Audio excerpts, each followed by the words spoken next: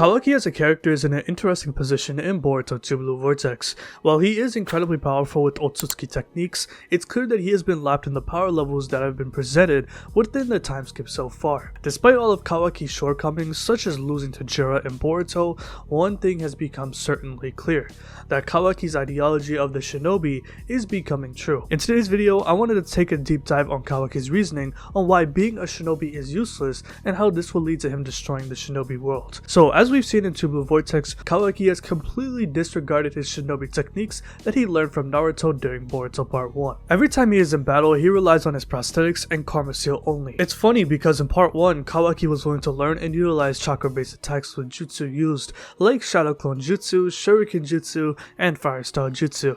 After spending his childhood years receiving abuse from his biological father and Jigen, Kawaki was internally broken and was afraid of accepting anything different than what he was taught, especially after escaping from the Kata organization in the Vessel arc. I've already done a deep dive on Kawaki's character in Part 1 and why the Karma Seal is so important to his identity on a video I did a few years ago, but I wanted to talk more of Kawaki's ideology of being a Shinobi and ultimately disregarding it, since he has seen absolutely everything there is when it comes to being a ninja. The highest of highs and the absolute lows of the Shinobi world have molded to what Kawaki thinks of the Shinobi to this day. Boruto episode 192 highlighted Kawaki's come up as a child, living with his father, who was a victim of the 4th Great Ninja War. Even though he was alive, Kawaki's father dealt with the trauma and drank his face out with alcohol every single day to cope with the after effects of war. This is all he did, which forced Kawaki to work for pennies, where he would get beat up for not listening to his father and would often not be fed food. This resulted in him being sold off by his father to Jigen, where he was given the karma and was subject to more physical abuse until he learned how to use the karma properly, or else Jigen would threaten to kill Kawaki. The most important lesson that Kawaki learned while living with Jigen and the Kata organization was that he needed the karma, since it gives him a purpose in life. It's the only reason why Jigen brought Kawaki from his father in order to revive Ishiki. However, his words meant beyond Ishiki's lifetime, considering how Kawaki viewed his karma power at the end of Part 1 and into Two Blue Vortex. Once Naruto took him in and started treating him as family, Kawaki saw the other side of the Shinobi life, such as learning jutsu and even partaking in missions with Team 7 in the Boruto anime. And after getting comfortable with Boruto, Kawaki revealed to him that he will do anything to get rid of the karma, since it only gives him so much pain and trauma from his past. And while witnessing Boruto and Naruto train with each other,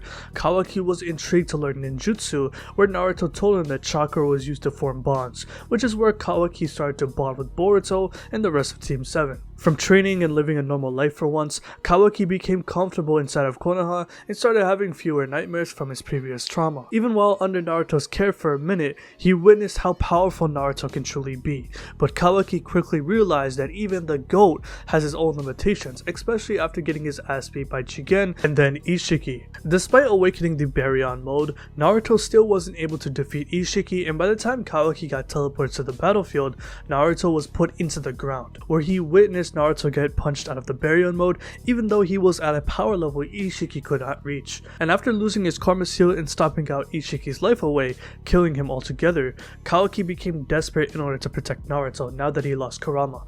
However, he ran into a dilemma that he couldn't solve on his own, and that is stopping Code from killing Naruto. In the lead up to the Code battle, Team 7 was training in preparation to battle him, and while the group was honing in on their ninjutsu prowess, Kawaki wanted to do more aggressive training, such as sparring. He tries to fight Boruto over it, but in the end, he gets put into the ground after realizing he cannot keep up with Boruto using his Karma Seal. In the Code arc, Kawaki tries to give up his life to Code in order to feed the Ten Tails to protect Konoha, something similar to how Naruto would sacrifice his life to protect the village. However, Kawaki's stupidity was staved thanks to Boruto coming in and eventually battling Code. After Kawaki awakens his own Karma Seal once again and eventually kills off Boruto, he quickly comes to the realization that he needs the karma in order to survive and to protect Naruto, who he prioritizes over absolutely anybody inside of Konoha. We see this clearly when Momoshiki awakens and tries to kill Naruto immediately. However, Kawaki stops this from happening and tries to end Boruto, but Naruto is having none of it since he still recognizes his own son. However, Kawaki has completely gone off the deep end, since no one mattered more than protecting the Hokage when he had enough by stealing Naruto away and invoking omnipotence after failing to kill Boruto again post Code arc. The reason why I went off on this tangent was to highlight Kawaki's thoughts of the Shinobi decree, since he has seen absolutely everything about it and he has used the knowledge taught to him for his own advantage, eventually hurting his loved ones like Boruto, Naruto, and the rest of the village. Naruto wanted Kawaki to form bonds with others by using chakra, where even his own prosthetic arm was connected to Naruto weaving his chakra. However, this completely changed post Ishiki arc, where Kawaki gained his karma back and became incredibly cold toward anyone standing in his way, even with Naruto and Boruto for example. That's why Kawaki abandons the Shinobi way, as he realizes that the people who die quickly are ninja because they are the first ones to fight and protect their loved ones against enemies such as the Otsutsuki. Kawaki saw this firsthand after realizing that Naruto and Sasuke couldn't hang with Ishiki, and with more future threats incoming, there was no way these two could just keep on saving the day, especially from the kids. However, it is naive to treat the Hokage this way simply because he is the leader of Konoha after all, and Kawaki was treated fairly by Naruto. However, everything that Kawaki witnessed only confirmed his own beliefs that ninjas are people who die quicker compared to everyone else in the world, and when it comes to protecting Naruto, that isn't fair, at least according to Kawaki. And that's why he came to despise the idea of becoming a shinobi, since it brought pain to Naruto to deal with incoming threats that he may not be able to handle on his own, despite his incredible power. It's ironic that Kawaki turned out to be like this because Naruto gave him the guidelines on how to become a ninja, teaching him the art of ninjutsu and helped him form bonds with the other kids in Konoha. It wasn't even like Kawaki was pointed in the wrong direction by another character, rather he was led in the correct way and formed his own thoughts from there. His obsession over Naruto, who was the first person to show Kawaki care, clouded his judgment of everyone else as he showed his true colors once he got his karma seal back. In the end, he prioritized Naruto's life, which ultimately forced his hand to throw Boruto under the bus in order to cover his tracks of becoming an enemy of the village. This forced Kawaki to also destroy the bonds he built with not just Naruto and Boruto, but with Sarada, Ada, and Shikamaru, who understand that Kawaki framed Boruto for sealing Naruto away. In Two Blue Vortex, it's apparent even more than ever that Kawaki disregarded everything that Naruto ever taught him by completely ignoring ninjutsu in battle and not getting strong enough in order to fight the Shinju and Boruto.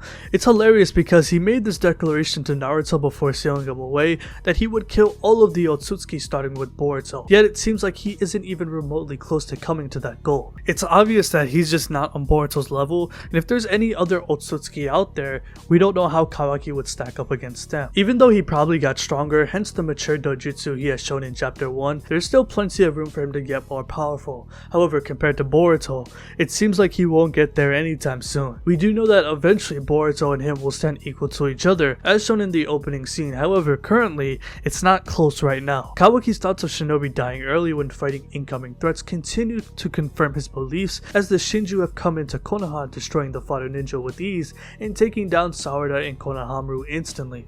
While I personally don't think Kawaki is correct about the ways of the Shinobi currently in the story, it's an interesting perspective simply because Boruto has embraced everything opposite that Kawaki is currently in spite of. From him not using karma for Momoshiki reasons, learning more powerful ninjutsu, and still embracing the fact that he is still a shinobi despite becoming a rogue ninja as shown in the opening scene. It's a theme to take note of, as I think this will become even more dramatic as Two Blue Vortex continues, as Kawaki snaps from witnessing the village potentially being destroyed by the Shinju, or even by Momoshiki if he ever makes an appearance in TBV. Despite living in the village for the past 3 years after fooling everyone, Kawaki has pushed everyone away in order to accomplish his goals. However, I think he's going to hit a crossroad if he continues to stockpile L's and not come to the realization that he will never be able to kill Boruto anytime soon. This will go hand in hand with him making the statement that the age of shinobi is over in the opening scene of the series, as potentially an event or moment will make him think that way. Currently, he hasn't reached that point yet because he still wants to protect Konoha, since that is Naruto's wish,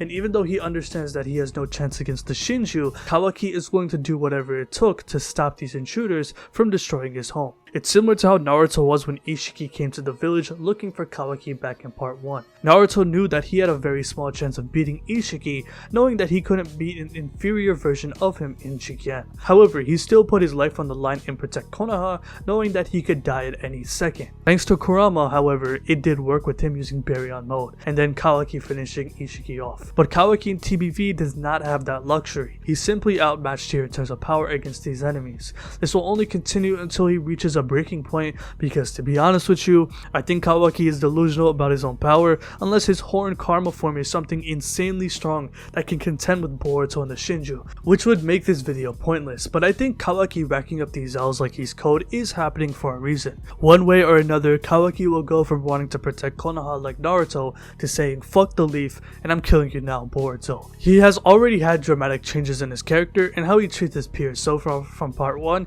and into Two Blue Vortex, and this will continue to happen until he reaches that conclusion that everything must go, aka destroying the Shinobi world that Naruto once taught Kawaki when they first met each other. This change in Kawaki's ideology could happen at any time, but with Boruto fighting the Shinju heading into chapter 12, with Kawaki potentially fighting Jiraiya again, he will arrive at that moment where he disregards everything that he ever valued, including the village, in order to protect Boruto. It's going to be interesting to see how this occurs, because eventually Kawaki will get to Boruto's power level where he will get closer to killing him. So how do you feel about Kawaki's thoughts of the Shinobi worlds, and tell me, how do you think Kawaki will get to that conclusion that the age of Shinobi must end? Let me know what you guys think about this video in the comment section below. So if you like this video, hit that like button, subscribe, hit the bell as well, and have a good day. Peace.